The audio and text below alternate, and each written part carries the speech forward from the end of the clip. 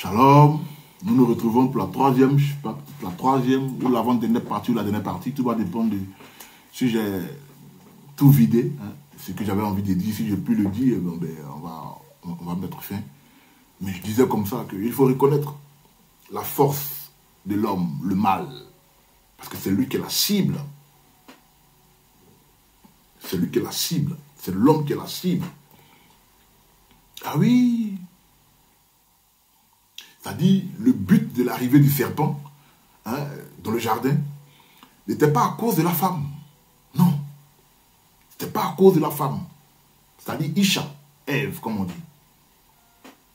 Ok? C'est l'homme qui était la cible. Si on lit bien Genèse, on va lire Genèse chapitre 3. Oui, Genèse chapitre 3, verset 7, on va lire ça. Oui, Genèse chapitre 3. Parce que c'est important d'aider nos enfants qui se sont lancés dans l'homosexualité. Il faut les aider.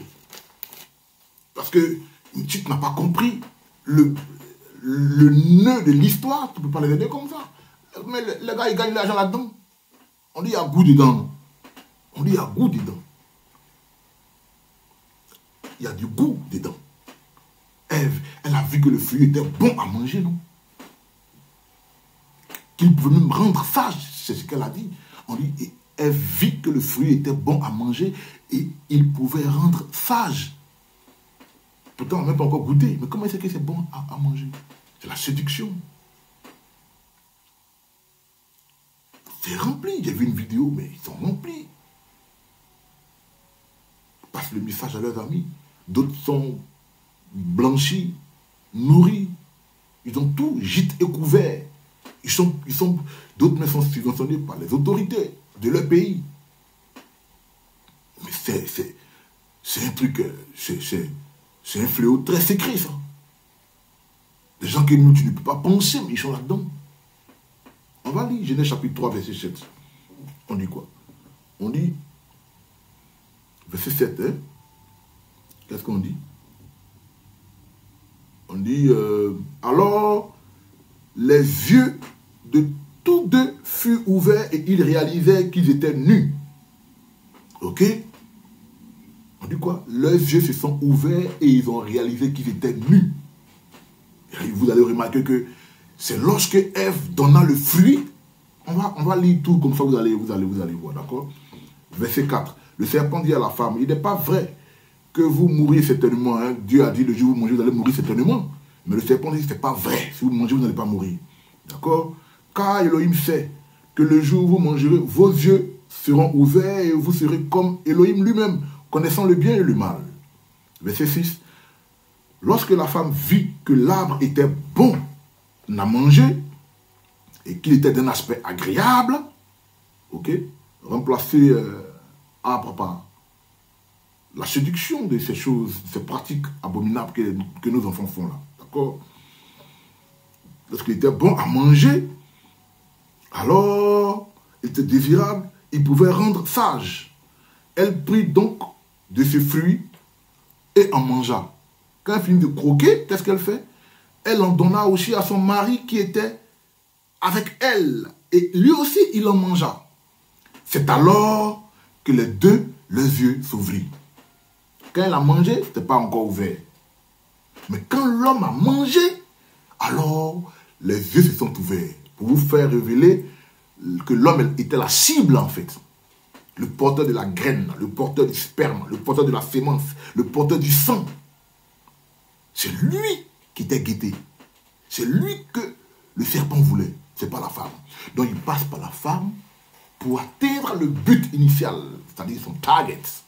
What he's been looking for ages.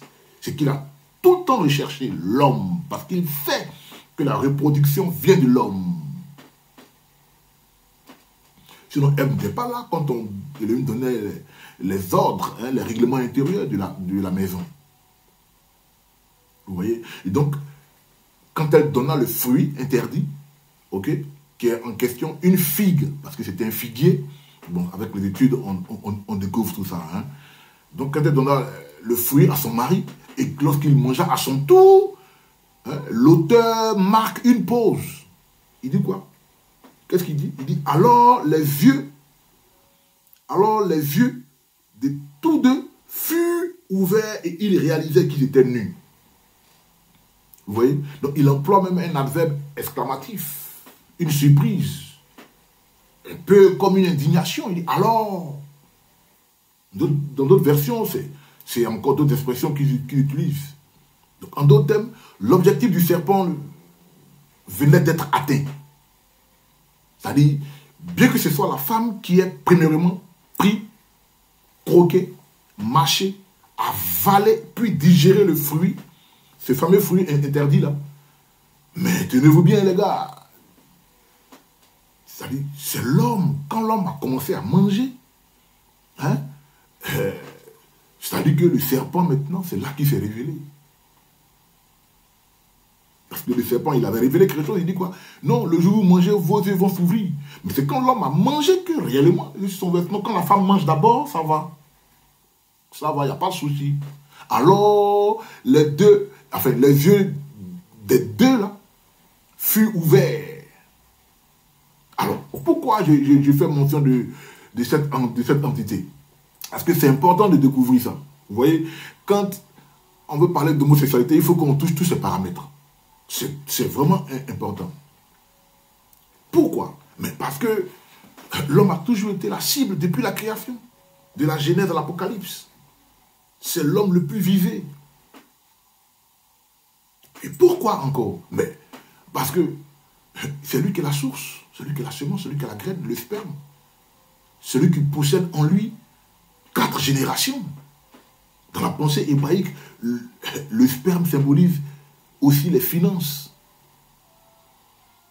C'est pourquoi, quand tu te masturbes, quand tu gaspilles, par exemple, ta semence, tu es pauvre.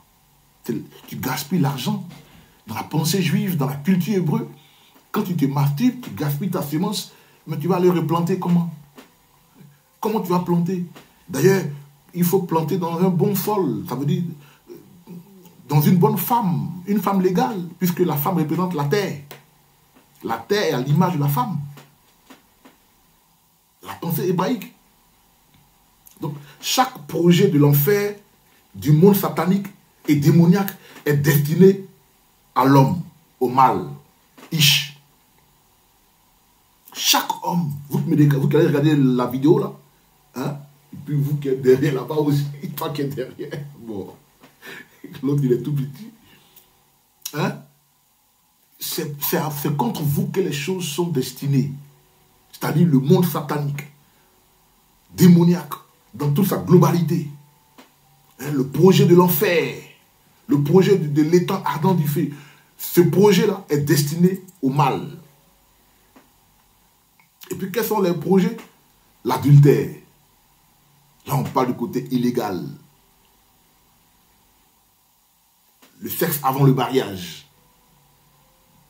L'adultère, la pornographie, l'homosexualité, l'avortement, les préservatifs, les contraceptions, la fornication, la masturbation et les choses semblables de souillure. J'ai cité comme ça, mais il y en a plein. Mais pourquoi? Mais parce qu'un homosexuel, il ne peut pas enfanter. Enfin, 2 hommes qui vont ensemble ne peuvent pas enfanter. Pareil pour 2 femmes qui vont ensemble. C'est pour faire des trucs in vitro, prendre le sperme, donner à une femme pour qu'elle accouche, signer des papiers, elle reçoit 500 000 $, pour accoucher pour des homosexuels, pour leur donner l'enfant qui va finir d'accoucher. C'est pas ce que le demande. Parce que si vous voulez voir chez des enfants, ils ont des enfants. Ça existe. Ici en Europe, mais on voit ça plein. Des couples homosexuels qui vivent ensemble, ils ont des enfants. Mais là n'est pas le problème. Ils sont en train de marquer un arrêt à une reproduction. Mais oui, la contraception, c'est un plan inventé par Satan. C'est un plan. On dit soyez féconds, remplissez la terre. La contraception empêche le sang, le sperme, la semence d'être fécondé. Pareil pour la masturbation, qui est l'un des facteurs de la pauvreté. Pareil pour la fornication, la prostitution, l'immoralité sexuelle. Mais ça, c'est des choses qui sont... Peut-être qu'on ne le dit pas. Les préservatifs sont arrivés. Vous voyez comment il chérit le spermatozoïde au travers de ces versets qu'on a lus là, de Genèse chapitre 1, verset 28. Remplissez la terre. C'est un ordre. Donc un homosexuel, il est petit devant celui qui commet un meurtre. Je veux dire, ils sont la même chose, quoi. On a vu des pays où ils ont voté des lois où ils sont pour l'avortement. Il y a eu un référendum dans des pays où, oui, il faut avorter. Aux États-Unis, mais c'est légalisé. Ici, pareil, en Angleterre, en France. Ils sont pour ça. Ils sont contre la polygamie. Ils sont pour l'avortement. Ils nous disent que la masturbation, par exemple, ça fait du bien aux hormones, que ça soulage. Quelqu'un qui se masturbe, il se réveille bien le matin, il a de l'énergie, il est bien boosté. Des bêtises. Alors que derrière ça, ça cache quelque chose. Le plan machiavélique de Satan. Mon titre que j'ai dit là, que se cache-t-il derrière l'homosexualité? En d'autres termes, que se cache-t-il derrière ça? Mais c'est le meurtre. Ça nous conduit tout droit au commandement d'Élohim. Mais oui, ça nous conduit tout droit derrière les commandements d'Élohim. Les 10 commandements. Mais qu'est-ce que tu veux? C'est là-bas qu'on va. C'est là-bas qu'on va. Donc, à Satan, il est à la recherche de la semence, de la graine qu'on appelle le sperme, en l'homme, afin de le corrompre. Oui, la semence, c'est ton argent. Donc, tous ceux, vous allez voir, qui sont dans l'homosexualité et tout, ils ont de grosses villas, ils savent que ça ne vient pas d'eux. Je ne vais pas toucher le côté de la Kabbale, parce que même là où est-ce qu'ils vont, là, dans l'usage dénaturé, là, hein, pour ne pas dire le mot pour choquer, dans l'usage dénaturé de l'homme dans son postérieur, là, c'est toute sa puissance, c'est toute sa force, c'est toute sa fortune. À Satan, quand on dit qu'il est venu pour dérober, pour voler et tuer, là, c'est le verset pur qui est là, c'est l'interprétation pure qui est là. Il est venu pour voler ton pouvoir. Alors, il ne te donne que des miettes. C'est des miettes qu'il te donne. Puisque toi, tu ne peux rien faire pour toi, de ta sémence, de ton argent. C'est pour toi. Mais il en fait de toi une cible. La femme, elle n'en a pas. Elle attend juste que tu lui files du jus, comme on dit. Pour avoir à tenir compte, à prendre soin de la fécondation. Pour qu'elle passe à l'acte de l'accouchement. Pour remplir la terre. Donc, au risque de me répéter rapidement, l'homme, il a en lui 4 générations. D'accord? Ceci peut aussi vouloir dire que tout ce qui arrive à chaque homme aujourd'hui est lié à sa lignée parentale aussi. Il y a des générations précédentes. Donc ces jeunes que vous voyez là, il y a des liens avec leurs ancêtres. Mais ça, on y reviendra parce que ça, c'est un autre sujet qu'il faut que je développe. Mais ce que je dis risque de créer la panique. Hein. Je le sais, je suis très conscient chez certaines personnes. Mais ça va me pousser à faire une autre vidéo, quoi, c'est clair. Bon, il faut dire que c'est un sujet qui est très tabou. Hein. Je voulais rapidement toucher ces facteurs-là pour que certains sachent réellement que quand Elohim donne les 10 commandements, c'était pour interpeller la race humaine, pour rétablir l'ordre qui a été violé dans le jardin d'Éden. Donc, il donne les commandements. On va voir les commandements rapidement pour mettre fin à la vidéo. Les 10 commandements dans Exode chapitre 20. Alors, Elohim prononça toutes ces paroles. Je suis Adonai, votre Elohim, qui vous a fait sortir de l'Égypte, du pays d'Égypte, de la maison de la servitude. Ok? Ça, c'est le premier commandement. Ok? Tu n'auras pas d'autre Dieu devant moi. Tu ne te fabriqueras pas d'image taillée, ni de représentation quelconque de ce qui est en haut, dans les cieux, en bas, sur la terre, ou dans les eaux. hein, au-dessous du rivage.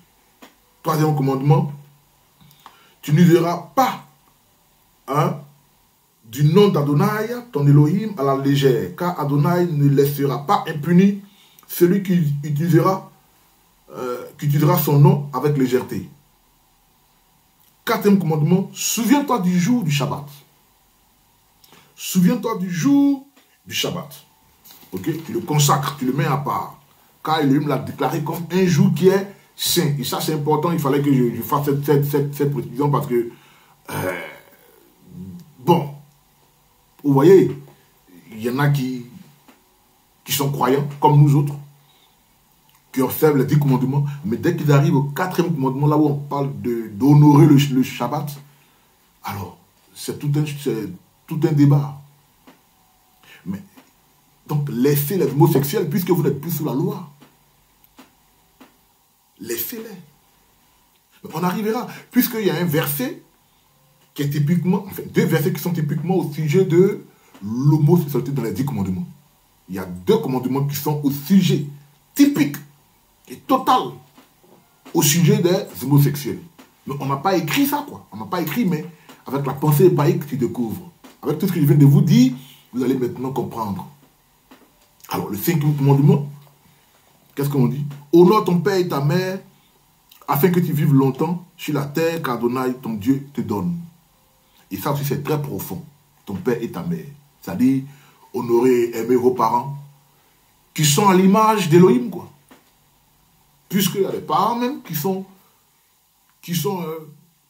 complices de leurs enfants, qui savent bien que les enfants sont en train de faire des choses qui sont abominables, mais ils amènent l'argent, les parents prennent, et ces parents-là savent ça, quoi. Alors, le 6e commandement, tu ne tueras pas. C'est ça, un verset, un commandement qui est juste la pensée hébraïque, qui est l'homosexualité. Tu ne tueras pas. C'est-à-dire qu'il faut aimer et protéger la vie. En d'autres termes, il faut donner la vie. Puisque quand tu ne remplis pas la terre, tu n'es pas fécond, il y a une mort. C'est pourquoi même chez la femme, quand elle voit ses menstrues, dans la pensée hébraïque, c'est un aspect de mort. Si elle ne voit pas ses menstrues, c'est qu'elle est enceinte. Donc il y a la vie en elle. Elle donnera naissance bientôt. C'est pareil. Et donc la semence n'a pas été effective en elle. Alors quand 2 hommes vont ensemble, mais qu'est-ce qu'ils font? Qui va tomber enceinte? Donc le plan est mort. Le plan d'assujettissement, de remplissage de la terre, de fécondité est mort. Donc en d'autres termes, ils n'aiment pas. Ils ne protègent pas la vie. Voilà pourquoi Elohim appelle ça un acte abominable. Voilà pourquoi Elohim n'est pas content. Et donc le sperme qui est leur sang retombera sur eux, d'après Lévitique 23. Et le verset, le commandement qui suit, on dit tu ne commettras pas d'adultère. Tout à l'heure on l'a vu. On a mis l'adultère dans le même groupe que quoi? La masturbation, les préservatifs, les contraceptions. Hein? On a mis ça dans le même groupe là. Hein? Et l'homosexualité bien sûr. Mais on dit quoi? Tu ne commettras pas d'adultère. C'est-à-dire qu'il faut aimer légalement pour donner la vie. Qu'on le veuille ou pas, on le citait ici, il y a des parents qui n'aiment pas que leur enfant tombe enceinte alors que le monsieur ne l'a pas encore marié. Même la dot n'a pas été faite. Tu as dit que tu as connu un homme sans avoir suivi le processus légal. C'est pour ça que même des enfants qui naissent, le père ne reconnaît pas. Attends, un homme qui est marié, sa femme est enceinte, elle accouche, il va dire qu'il n'est pas le père. Ça existe. On voit les gens qui ont élevé des enfants, qui les ont nourris alors que le père appartenait à le père était ailleurs, c'était pas la femme avait trompé le mari. Mais j'ai fait mention de ça, tout ça pour aller du côté illégal de la chose. Mais c'est 100%, et au moins 85% de chances que lorsque tu es marié, tu es dans le foyer, que tu tombes enceinte, c'est le père qui est là.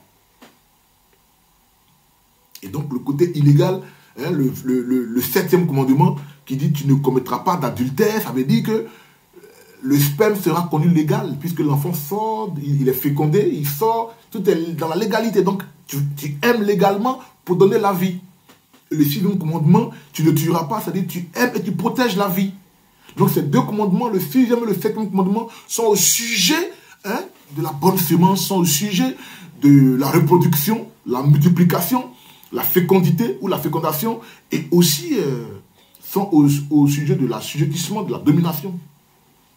Après quoi viennent les autres commandements, tu ne voleras pas, tu ne donneras pas de faux témoignages, et ainsi de suite, tu ne convoiteras pas les biens de ton prochain. Alors, mais retenez ces deux commandements qui se suivent, le sixième commandement et le septième commandement sont à l'image de l'homosexualité, ou à l'image de la masturbation, ou à l'image de l'avortement. Parce que l'avortement, c'est comme l'homosexualité. La masturbation, c'est comme l'homosexualité. Vous voyez maintenant où l'affaire va. Tu te masturbes chaque fois chez toi à la maison dans ta douche et tu te plains des gens qui sont dans la rue. Deux hommes qui vont ensemble. Réfléchissez à cela. C'était Mouchet Elkan Ben Avraham. Je crois que je vous ai répondu, frères et sœurs. Envoyez des questions encore, me faire ressortir pour faire encore une autre vidéo. Vous passez une très bonne journée.